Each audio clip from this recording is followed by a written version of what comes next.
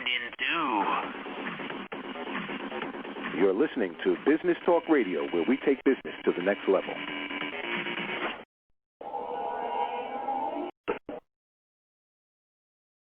Good afternoon, everybody.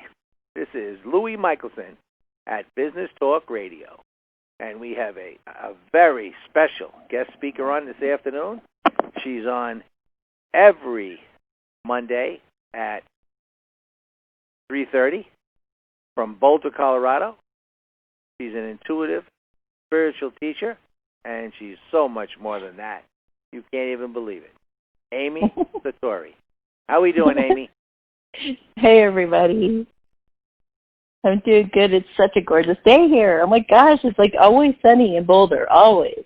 That's great. I can't say the same in New York, although it's been sunny and hot the last few days. Okay. Yesterday, I think we almost hit 100. Whoa. Yeah, it was hot. Today it's like in the mid-90s. So. Well, I got a much-needed mini vacation yesterday. It was lovely. I got invited over.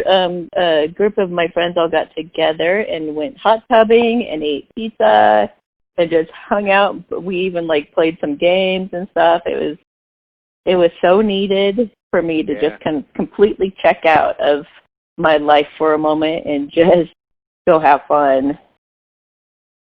That's great. Whenever you get that kind of relaxation, it's just so great. Yes. It makes you wonder why you want to go back to work. Right. That's the only thing bad about any vacation is having to go back when it ends. Yeah. Like, oh no. Yeah. Can I just be on permanent vacation? That's it. All right, look at that. You got your first caller already. All right. All right, let's get her. This is Louis Michelson at Business Talk Radio. What's your name and where you from? Hi, I'm Stephanie, and I'm from Pittsburgh, Pennsylvania. Hey, Stephanie. Hi. How you doing? I'm okay. Okay, so what's up? So I been referred to you through a friend that knows you. I recently lost my dog this past weekend. And so I am calling to just, I guess, connect with her one more time. Of course. Is this a possibility? Yeah. What's her name? Her name is Lola. Oh my gosh. She is so excited that you're doing this. She's jumping. First she was jumping up and down, and then she's running in circles and running in circles. She's so excited. So now she's licking you like crazy, thank you, because she has been watching you cry. She has seen you really upset, and I see her nudging your arm, moving your wrist. She's been doing all this stuff trying to get your attention because she doesn't want you to be sad. If she were alive and seeing you so sad, she'd be so beside herself right now. Yeah. So imagine her being on the other side and she can't do a thing about it. She just has to watch it. Yeah. Now she's trying to go to the other side. Obviously she's on the other side, but she wants to go kind of party like a dog and have a great time over there. But she can't right now because she's so worried about you. So go ahead. I want her to move on, but I don't know. I feel like our souls are just so connected. Yes. I think you guys are soulmates. And that can happen with animals, And she's always going to be there for you. She's always going to be a guide for you. I had a cat that died, and I have a couple of cats that died that are still my guides. But they've also gone on and had a good time on the other side. But whenever I tap into them or think of them or need them, they're right there. Sometimes they pop in with signs and synchronicities and stuff too randomly, to let me know that they're thinking of me, which is so cool. She doesn't want you to have, she doesn't want you to have any guilt or any regret as to how anything went in her life. What we tend to do is beat ourselves up for what we did or didn't do throughout the whole thing. You know, we like put ourselves through the ringer. Oh, I could have given her her favorite food instead of making her eat that diet food. Or I could have, you know, treated her better back when. I remember losing my temper with her, and oh man, you know, we tend to like kind of abuse ourselves when we lose our animals, or even about their death. It's like I could have given them a better death than what they went through and all of that. But she doesn't want you to focus on that stuff. She said that there's much, much happier times for you ahead, and she wants to be actually come back and be a part of that. She wants to reincarnate and come back into your life if she could. And it looks like, are you looking to make babies sometime in the future? Yeah, Because she wants to wait. Yeah, she wants to wait until you're preggers, and she wants to like sneak back in like randomly. It's going to be funny. It's going to be your husband at the time is going to maybe hear like somebody's going to bring a bunch of puppies into his work or something like that. And he's going to bring home this puppy while you're pregnant. And you're going to be like, what? I'm already so stressed and you're bringing a puppy into this situation. Oh, my gosh. And then you're going to remember that I said this.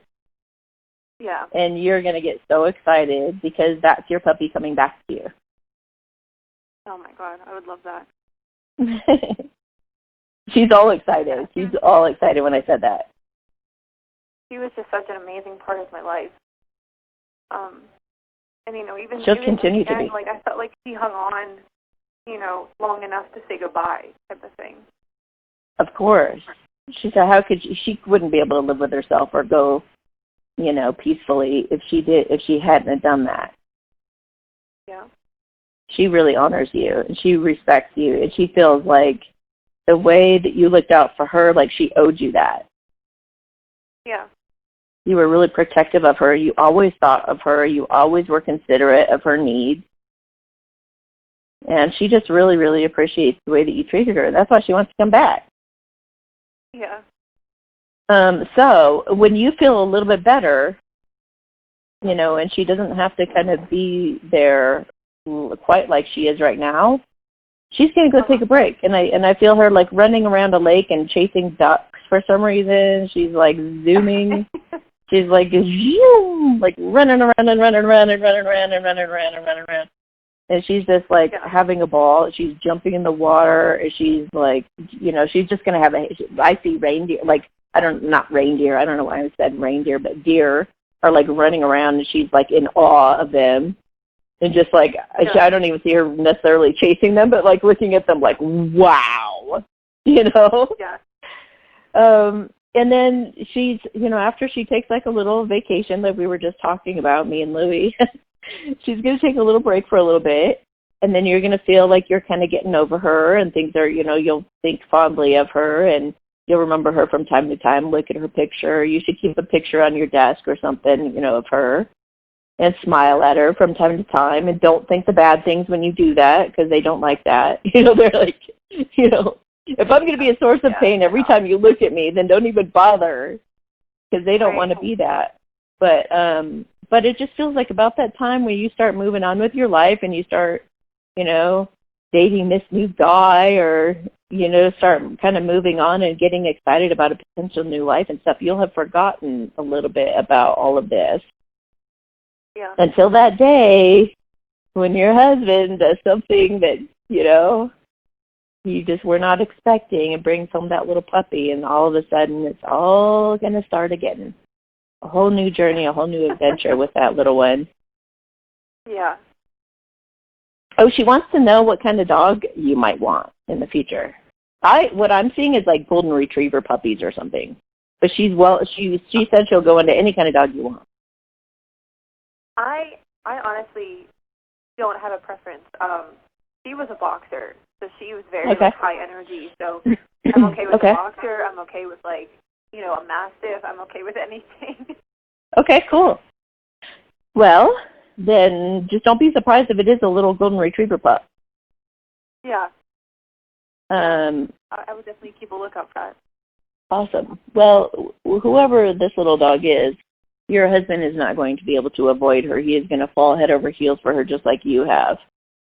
Yeah. And he's going to have to take that puppy home. Yeah, okay. And she's going to be like your family. She's going to be like another kid. But she said that this time she really wants to spend more time, like, giving back to you. Like maybe that's why a golden retriever, because they're so devoted. They're like protective, and they look after the child, and they help you take care of the kid. You know, they're just pretty phenomenal when it comes to, you know, they're like little humans. They're so mature. Yeah. Aw. Yeah, so she wants to contribute more to the household when she comes back. Okay. Because you gave so much to her this last time. She wants you to kind of take a break and let her give to you a bit. Yeah. Okay. And she may or may not be female. But, you know, she'll be the same spirit. And there will be things about her that will seem really familiar, and you're just going to feel that camaraderie with her. You're going to feel that closeness. And so I just saw her, like, one of the things that she's going to do to let you know that it's her is she's going to rest her chin on your knee and look up at you.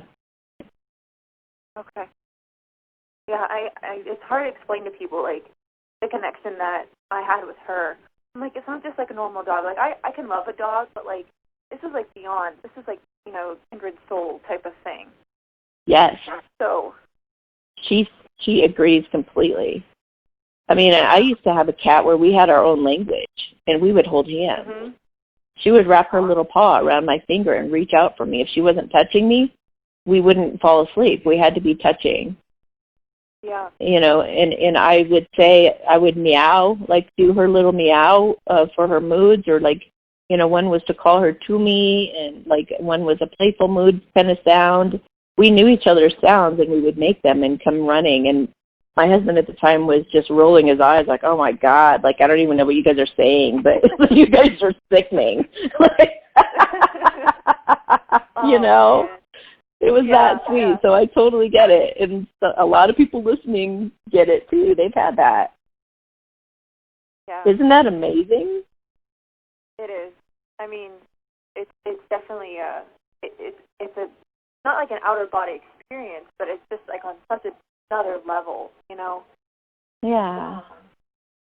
And, you know, a lot of times that comes from past lives from way back, too.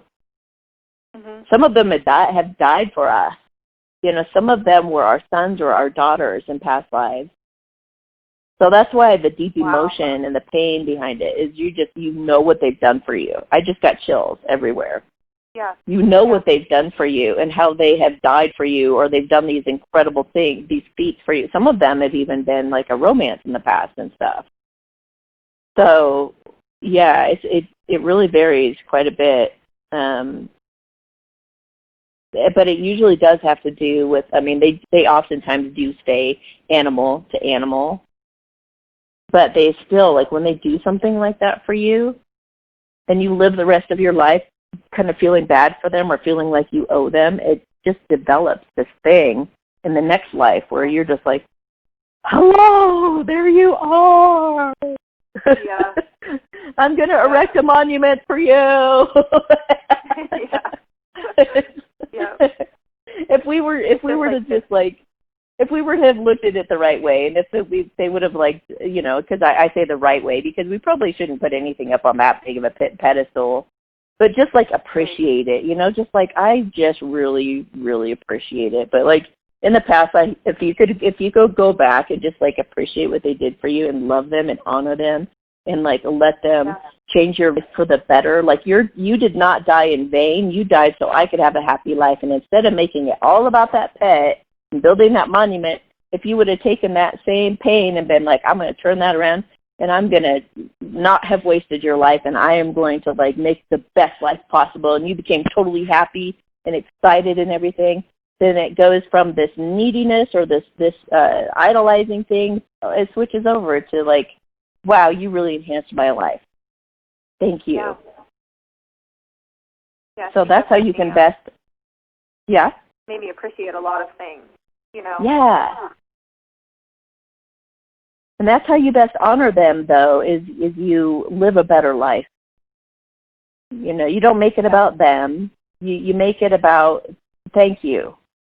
Thank you. I'm not going to waste my life. You know, you've inspired me to live a better life. Right.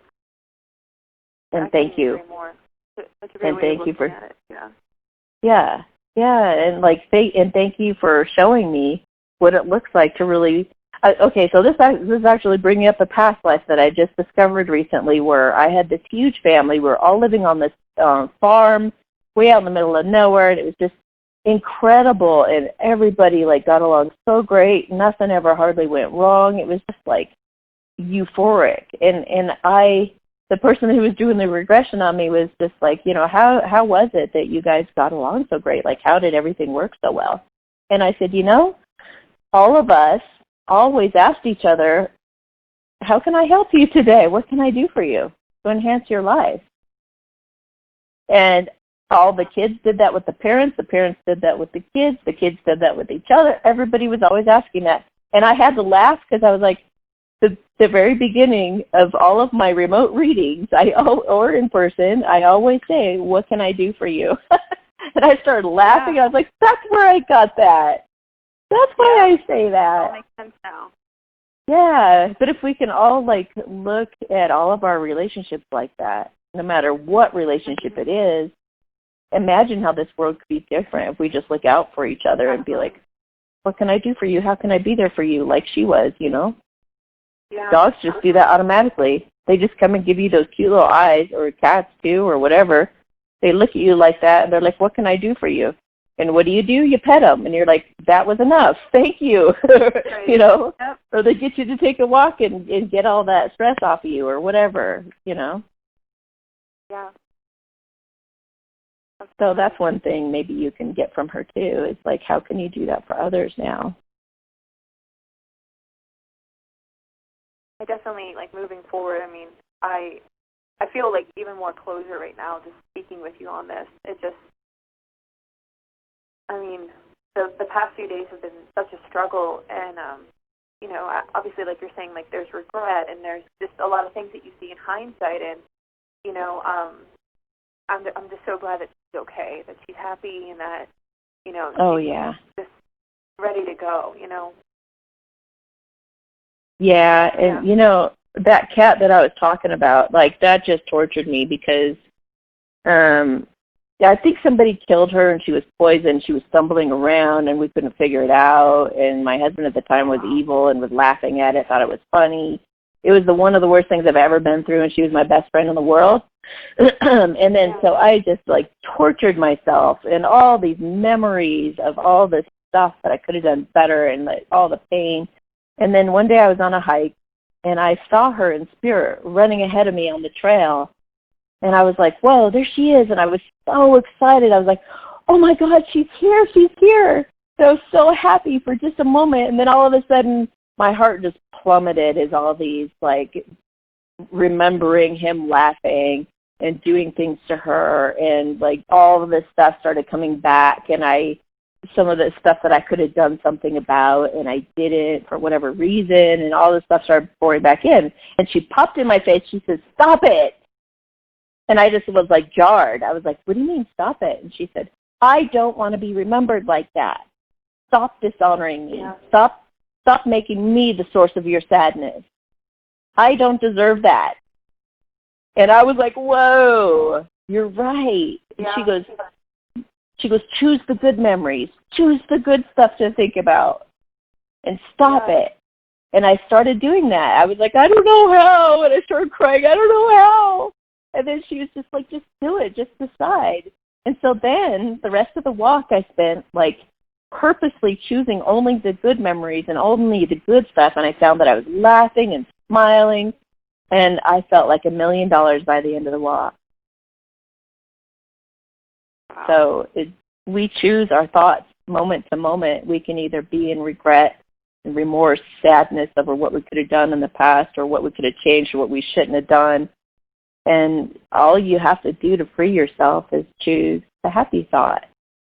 Choose the stuff that makes you laugh and smile and feel hopeful. true. It's a really good way to put it.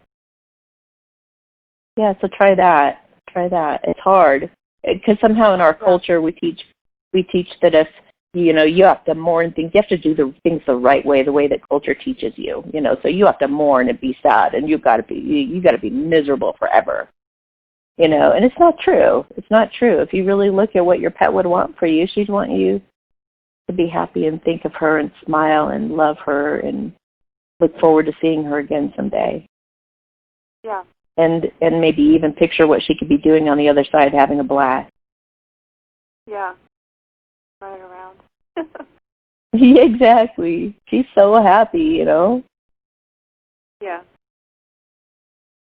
She just looked at me. Yeah, you're welcome. And she just thanked me too. You guys both thanked me at the same time. Imagine that. Yeah. Yeah. You guys really are really sweet together. And you will be together again. Thank you. You're welcome. I appreciate it so much. Yeah. But reach out to me anytime. Okay. Thanks so much. You're welcome. Feel Have better. a beautiful day. Thank you. You too. Bye. Geez, Louie, I forgot you were there. You scared me for a second. I was lost in that. I was like, whoa, when you came on. Yeah. Well, that made me sad right away because I thought, my dog died March 13th, 2 days before her birthday. Oh, you got another caller. All right. This is Louis Michelson at Business Talk Radio. What's your name and where you from? Hello? Hello? Hello. Hi. Hi, can you hear me? Yep. I can. Okay. Hold on, I'm just pulling over. Okay, I was trying to get through, but it was busy, so now I'm pulled over and I'm going to be safe. All right. Hi, this is Lauren. Hey, Lauren. I don't know why this is not... Yeah, let me try to get this on my iPhone here. I hope I don't lose it. Is that better? Yeah, I can hear you just fine. Yeah. Yeah. Okay, you guys... How can I help? Oh, here it is. There it is. Okay, great. My other name is Butterfly Amy. We've been corresponding occasionally. Yay. Yeah. So I ended up having a date with my masculine, the one who stood me up a couple weeks ago. Then he came back with a lame excuse. He said, my apology. We're not seeing you or texting you. I had an emergency, which we didn't go into because I don't think he's always a truth teller. Okay. I let that go. Yeah, I let that go. So, whatever. So I guess my question is, we had a great time together. Where do you see this going? Is he just, I get the feeling he's just a forever bachelor, which I don't mind, but I just don't know, how regularly I think I would be seeing him. Okay, so you guys did have a date, and you did have a really good time. Oh, yeah, we had dancing and laughing and smooching and carrying on.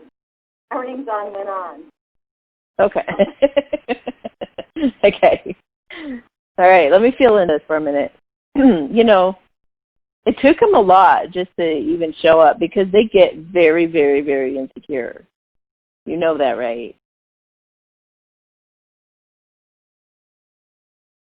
Are you there?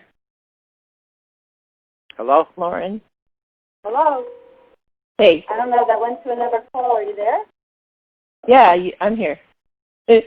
All right. Listen, guys, I want to tell the both of you. Hello? I just want to tell the both of you that we're running out of time, so yeah. All right. Don't stretch this one out. Okay, so Lauren, I want you to watch a video on my YouTube channel, and it's called The Divine Masculine's Ultimate Test. Okay? Okay. Watch that video. And there's another one. Does he really love me? Because he's ghosting me. Between those two videos, you're going to understand him a lot better. just know that his distance from you has nothing to do with him wanting other girls. It has everything to do with him being insecure. And it doesn't mean that he can't get over it. And the fact that you guys went on a date is a huge deal. Yeah, we had another date about 6 weeks earlier than that. Perfect. That's great. So just build, contact, you know. Yeah, just build the rapport between you guys. Stay honest with him. Continue to tell him what's on your mind as you go forward. And just keep building the trust between you guys. That's really all you can do, other than understanding what I have said in those 2 videos. Right. A funny thing I'll tell you real fast. During our date, he had a phone call from his brother. So his brother must have heard the music in the background and asked if someone was there. And she goes, "Who is she?" "Well, she's my therapist."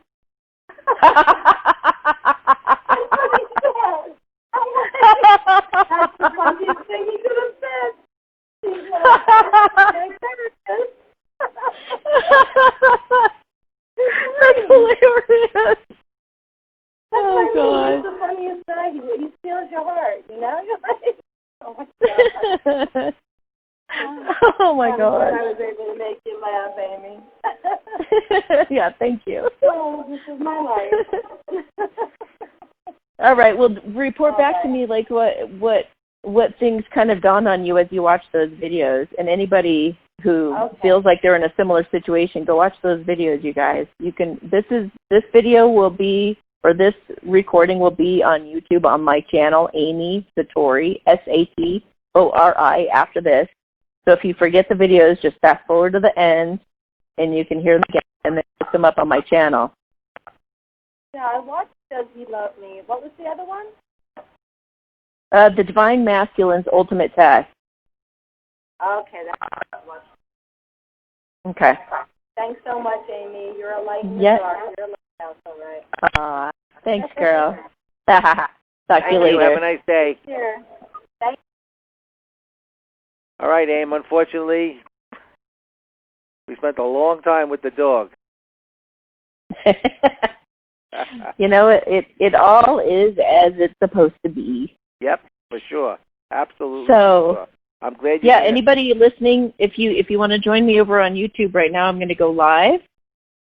So feel free to join me, and that goes on every week.